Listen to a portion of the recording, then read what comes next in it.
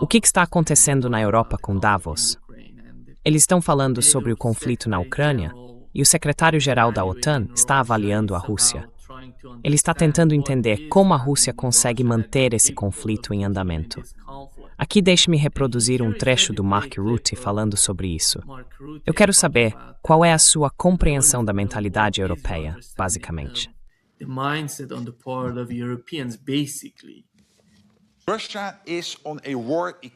A Rússia está em um modo de economia de guerra. Eles gastam 40% do orçamento do Estado em defesa, cerca de 200 bilhões por ano, com um poder de gasto de 200 bilhões devido à estrutura de sua economia, o que é muito mais do que conseguimos fazer na Europa. Portanto, precisamos realmente estar atentos aqui. Sim, podemos nos defender hoje, mas temos que cumprir os compromissos de defesa, não por causa de Donald Trump. Sim, isso equilibra com os Estados Unidos, que os mantém engajados, mas principalmente porque precisamos nos defender. Alex, eu te adoro, mas você não está produzindo o suficiente. Sua base industrial de defesa precisa acelerar, e você sabe disso. Então, por favor, dedique tempo a isso. E isso vale para todo o território da OTAN. Tudo isso é meio que um espetáculo, na minha opinião. Eles realmente não sabem do que estão falando, estão apenas tentando dar sentido à própria ideologia. Então, qual é a sua compreensão sobre a mentalidade dos europeus hoje em dia?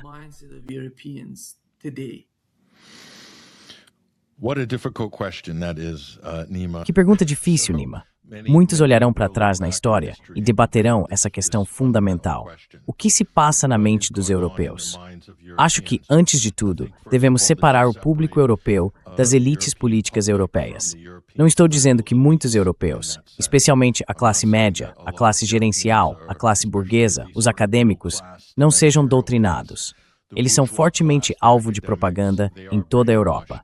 E acredito que isso já acontece há bastante tempo. No entanto, acho que há um reconhecimento geral nas ruas da Europa de que não existe absolutamente nenhum desejo de ir à guerra ou de se preparar para uma guerra contra a Rússia. Acredito que a maioria das pessoas da classe trabalhadora entende isso, e isso se reflete em muitas pesquisas. Vê-se a divisão entre o leste e o oeste da Alemanha nessa questão, e eu poderia dizer o mesmo sobre outros países também. And I could say the same about other countries as well. So, but what's going on in Davos? Mas o que está acontecendo em Davos? Sabe, o que é impressionante sobre o Fórum Econômico Mundial é que eles passaram os últimos 20 anos falando sobre verde isso, verde aquilo, clima isso, clima aquilo, e agora mudaram completamente o foco para a guerra. Basicamente uma economia de guerra. Então é IA. São armas, é guerra, é Rússia. Isso realmente mostra que não há princípios algum nesse nível. Não existe uma ideologia consistente além da busca por lucro, por atividades econômicas extrativistas às custas do público, basicamente. E Mark Rutte, como secretário-geral da OTAN, é um exemplo perfeito de um tipo de burocrata colocado nessa posição na OTAN, muito parecido com o anterior, que era basicamente um banqueiro, Jens Stoltenberg. E você tem banqueiros à frente dos principais estados europeus.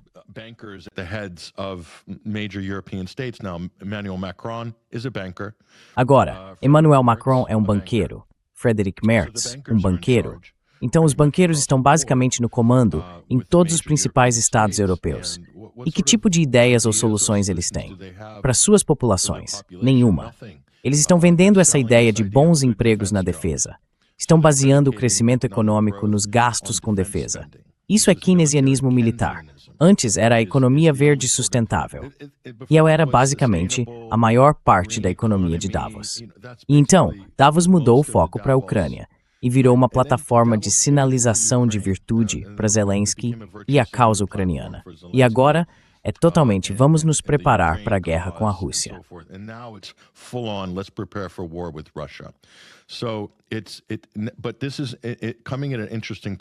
Mas isso está acontecendo em um momento interessante. Davos sempre existiu como uma espécie de ilha, uma conferência de elite intelectual onde eles se reúnem e têm se encontrado lá desde os anos 1970. E desde que começaram a se reunir no Fórum Econômico Mundial, as coisas têm piorado progressivamente, e eles não apresentaram nenhuma solução. Eles não previram a crise das hipotecas subprime, o colapso econômico. E essas são, supostamente, as mentes mais brilhantes do mundo. Isso mostra que eles realmente não estão lá pelos motivos que afirmam estar, ou seja, pelo suposto bem maior da população.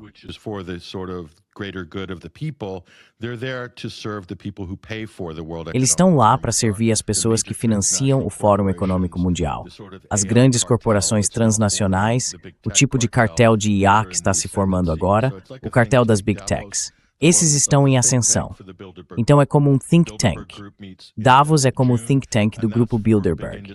O Grupo Bilderberg se reúne em junho e é lá que as grandes indústrias tomam decisões para consolidar o setor e depois transformar isso em influência política para sustentar esse cartel. É, portanto, um tipo de sistema autogerador e autorreplicante que eles têm. O que é interessante, Nima, é o momento disso, que algumas pessoas estavam lançando algumas verdades em Davos.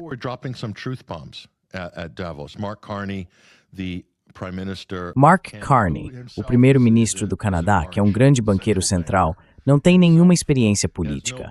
Basicamente assumiu esse cargo depois que Justin Trudeau deixou a cena no Canadá. Então Carney lançou essa bomba, basicamente dizendo que a ordem internacional baseada em regras agora é nula e sem efeito, e que as grandes potências estão se aproveitando disso, aplicando o direito internacional apenas quando lhes convém. Sabe, é isso que nós temos dito, que você tem dito e que todos os seus convidados têm dito há anos nesses podcasts. Então ele solta essa bomba de verdade e disse algo realmente importante. Ele falou sobre os países de nível intermediário, as potências de nível intermediário. Ou seja, ele está agora identificando, e essa é a mudança fundamental, Nima.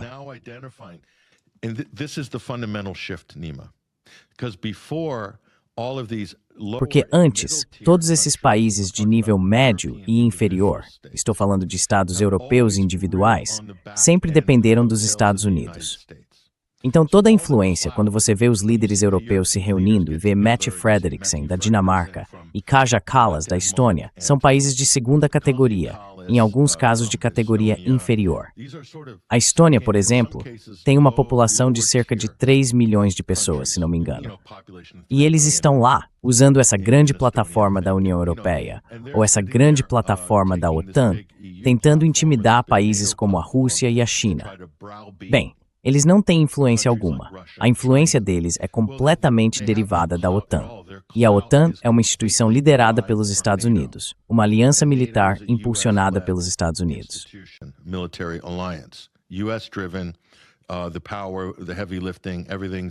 O poder, o trabalho pesado, tudo é feito pelos Estados Unidos. A influência vem dos Estados Unidos, então todos os outros são de segunda categoria. A Grã-Bretanha está próxima da segunda categoria porque é mais ou menos o segundo parceiro dos Estados Unidos na OTAN, em termos da estrutura de comando tradicional. Mas todos os outros são, de certa forma, potências de segunda ou terceira categoria. E Carney já apontou isso. Macron também está fazendo observações semelhantes agora, porque eles estão percebendo, com os Estados Unidos e com o governo Trump, que essa ideia de que há confiança suficiente entre os parceiros da OTAN, concordância suficiente, reconhecimento suficiente da soberania de outros países, é o cimento que mantém esse arranjo unido. E eu diria o mesmo sobre a União Europeia.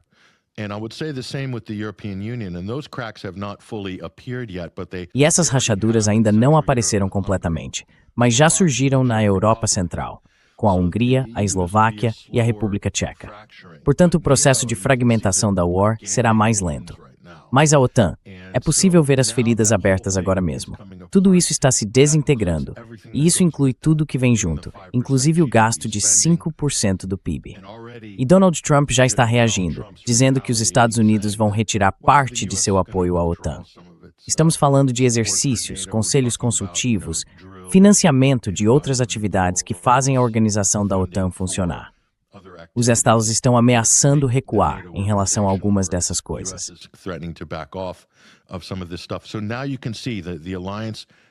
Então agora você pode ver que a aliança, sua postura agressiva contra a Rússia, é completamente conduzida sob a asa dos Estados Unidos, para que os Mark Ruttes do mundo possam fazer discursos grandiosos nesses palcos em Munique ou no UF, ou navegar até Washington e inflar o peito. Eles fazem isso com os Staussens por trás deles, como o valentão com o grande porrete. Se os Staussens não estiverem por trás da Europa e de seus parceiros europeus, então eles são apenas um conjunto de países pequenos e fracos que tradicionalmente não conseguem concordar em nada. Quero dizer, sejamos honestos. Olhe para a história europeia. Guerras mundiais foram travadas, massacres devastadores de populações civis ocorreram por causa de disputas mesquinhas entre realistas, monarquistas ou grupos étnico-tribais, ou por conquistas de pequenos territórios, e assim por diante.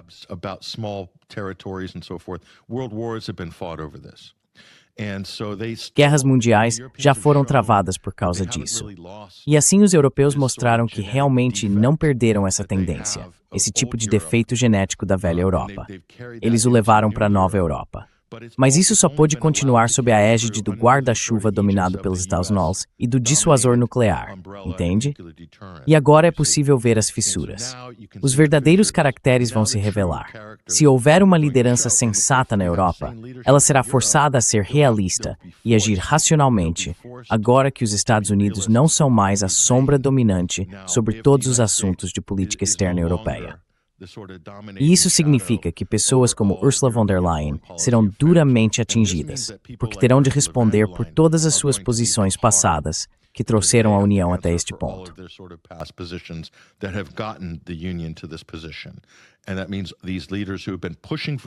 E isso significa que esses líderes que vêm pressionando por essa guerra vão ter que mudar de rumo rapidamente e jogar seus predecessores debaixo do ônibus, como Olaf Scholz, e algumas dessas pessoas que são absolutamente culpadas por colocar a Europa nessa posição, em que se vê diante de um crescimento econômico zero. E a última coisa que direi, Nima, e isso é importante, faça as contas. Se os Estados Unidos estão exigindo que os países europeus gastem 5% do PIB em defesa da OTAN, então se normalmente eles teriam de 3 por 5% de crescimento econômico antes da guerra na Ucrânia, ou em tempos normais, um crescimento econômico agregado de 0% torna esse gasto de 5% do PIB muito mais alto em relação ao desempenho econômico anterior. Agora estamos falando de 7%, 8% em termos reais relativos.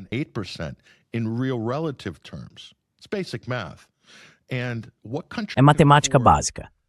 Que país pode arcar com isso?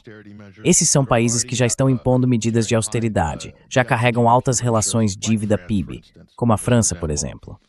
Como podem se dar ao luxo de gastar, em termos reais, de 7 a 8% do PIB em uma chamada defesa, contra uma ameaça que só se tornou uma ameaça porque os Estados Unidos realizaram um golpe na Ucrânia em 2014?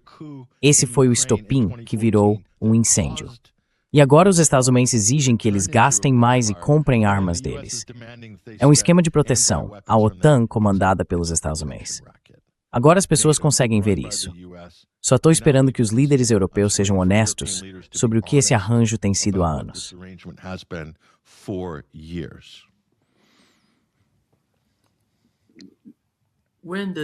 Quando veremos esse momento de honestidade, na sua opinião?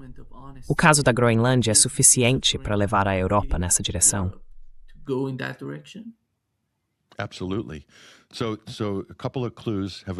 Com certeza. Então, algumas pistas surgiram nas últimas semanas que eu considero significativas. Uma delas é que os primeiros ministros e presidentes da Itália, Alemanha e França, seus governos, agora se aproximaram de Bruxelas e estão pedindo para nomear um enviado especial para Moscou.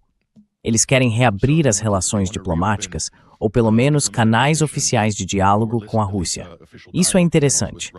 Certo, então Meloni, Macron, Scholz, se for esse o caso, isso representa uma mudança radical em relação ao que vimos nos últimos 3 ou 4 anos, chegando a 4 anos em fevereiro com o conflito na Ucrânia. Portanto, essa é uma pista importante.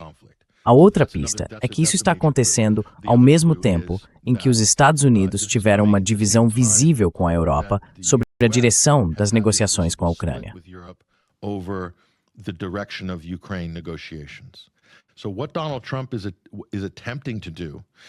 O que Donald Trump está tentando fazer é criar uma forma de pressão. Ele está impulsionando a questão da Groenlândia de maneira muito agressiva e, em seguida, planeja recuar para uma posição intermediária mais moderada, em troca de tentar fazer com que a Europa haja conforme seus interesses em relação à Ucrânia. É claro que isso poderia beneficiar a Rússia. E já estamos vendo sinais desse abrandamento na retórica mais dura. Sob esse ponto de vista, seja intencional ou não da parte de Trump, é difícil saber se isso é, digamos, um jogo estratégico complexo ou apenas um efeito natural do que ele está fazendo, tentando restabelecer a hegemonia dos Estados Unidos no hemisfério ocidental, ou a doutrina Monroe, por assim dizer, no que diz respeito à Groenlândia. As it were, with regards to Greenland. Okay, so, but the problem is, Nima, he's doing the same with the border. Mas o problema é, Nima, que ele está fazendo o mesmo com a paz na fronteira. Ele precisa fazer a paz na fronteira em Gaza funcionar. Então, Trump, esta administração nos Estados Unidos, essas não são situações isoladas. Todas estão ligadas por meio de influência. A Alemanha já expressou dúvidas sobre a paz na fronteira, dizendo que ela tem enormes implicações para o direito internacional. Ele agora desprezou Macron em relação a um convite. Não acho que os franceses estivessem muito interessados em participar, pelos mesmos motivos das dúvidas que a Alemanha está tendo. Mas a Rússia também não respondeu sobre o convite, assim como a China. A China foi convidada, mas os chineses estão analisando a situação e ainda não responderam.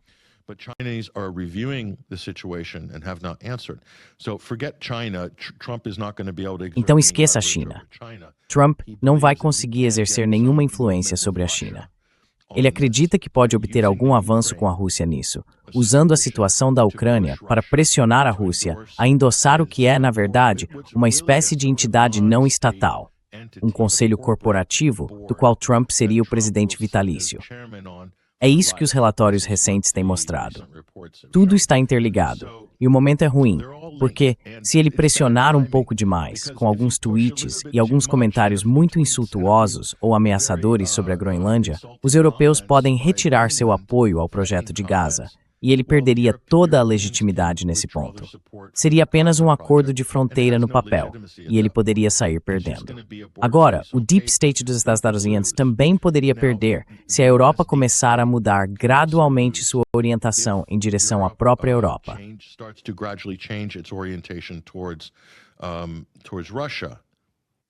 Em relação à Rússia, e talvez agora chegando mais a um ponto de equilíbrio com o tempo. Mas os Estados Unidos podem mudar isso. O problema com Trump é que ele pode aumentar a intensidade, diminuir e depois aumentar de novo. E talvez agradar alguns dos partidos mais belicistas da Europa, como o Reino Unido, por exemplo, que está sempre pronto para, você sabe, falar sobre uma guerra contra a Rússia. Eles estão sempre à margem, porque, especialmente depois do Brexit, sentem que podem desempenhar esse papel com segurança, sem estar na Europa, mas ainda assim pressionando a Europa junto com os Estados Unidos em direção a um confronto militarizado com a Rússia. Mas a questão, Nima, é que isso pode se romper. Isso pode se romper de algumas maneiras. O que mantém toda essa ilusão de leste versus oeste unida está muito fraco agora. Está muito fraco. E as pessoas estão começando a enxergar através da fachada com a qual tiveram que conviver por décadas em relação ao que está acontecendo nos Estados Unidos. Essa é a outra questão.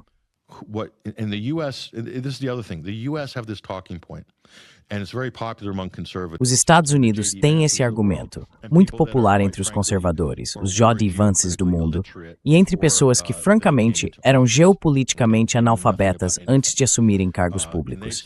Eles não sabiam nada sobre nada. E agora dizem que a Europa tem nos explorado. Que a Europa tem nos explorado. Você já ouviu esse argumento? Na verdade, é o contrário. O arranjo pós-Segunda Guerra Mundial entre a Europa e os Estados Unidos sempre foi em benefício dos Estados Unidos. Ele trouxe certa estabilidade e permitiu o desenvolvimento de alguns mercados, a Alemanha sendo um bom exemplo disso. Mas o lado negativo para a Alemanha foi que sua economia e sua política, em termos de política externa, nunca foram realmente unificadas. É bifurcada, basicamente dividida. Então isso é diferente.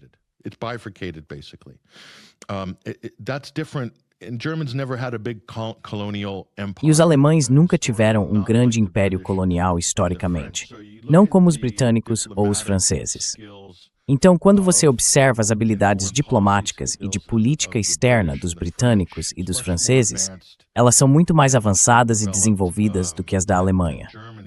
A Alemanha sofreu um grande golpe após a Segunda Guerra Mundial e basicamente teve todas as suas instituições estatais desmontadas e reconstruídas.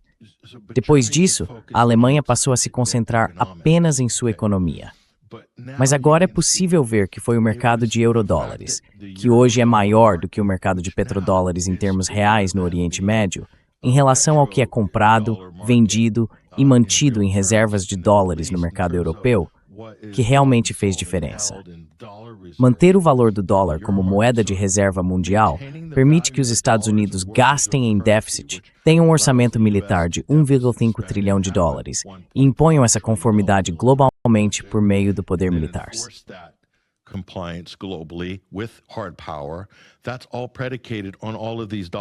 Tudo isso se baseia nessas zonas do dólar ao redor do mundo, sendo a Europa provavelmente a maior e mais significativa.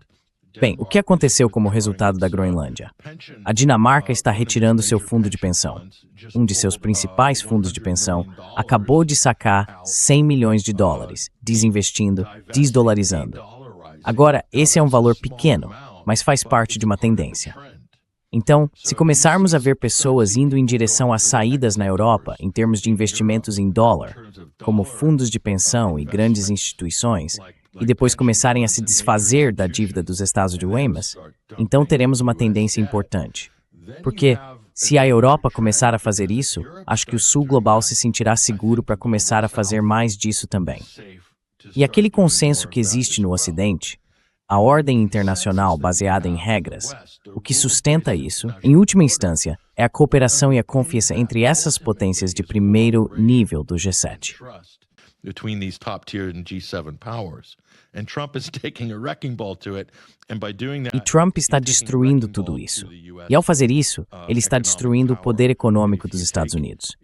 Se você reduz o poder econômico, também reduz, pelo mesmo motivo, o poder e a influência política. A influência política e geopolítica vem da influência econômica.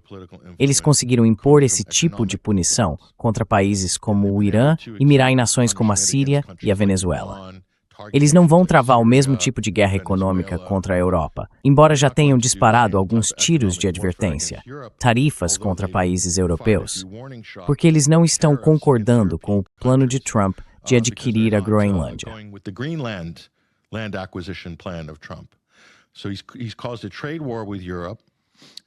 Então ele provocou uma guerra comercial com a Europa, em um momento em que a Europa já está fazendo sacrifícios pelos Estados Unidos, comprando seu GNR a preços exorbitantes, depois que muito provavelmente os Estados Unidos explodiram o gasoduto Nord Stream. Foi uma operação liderada pelos Estados Unidos, e provavelmente houve outros países da OTAN envolvidos. Mas esses são grandes sacrifícios que a Europa teve de fazer por uma agenda geopolítica e de política externa realmente dominada e conduzida pelos Estados Unidos. E agora há mais punições vindo dos Estados Unidos, e em algum momento haverá um ponto de ruptura, mesmo para os europeus. Acho que agora estamos vendo onde essas linhas estão. And I think we're now seeing where those lines are.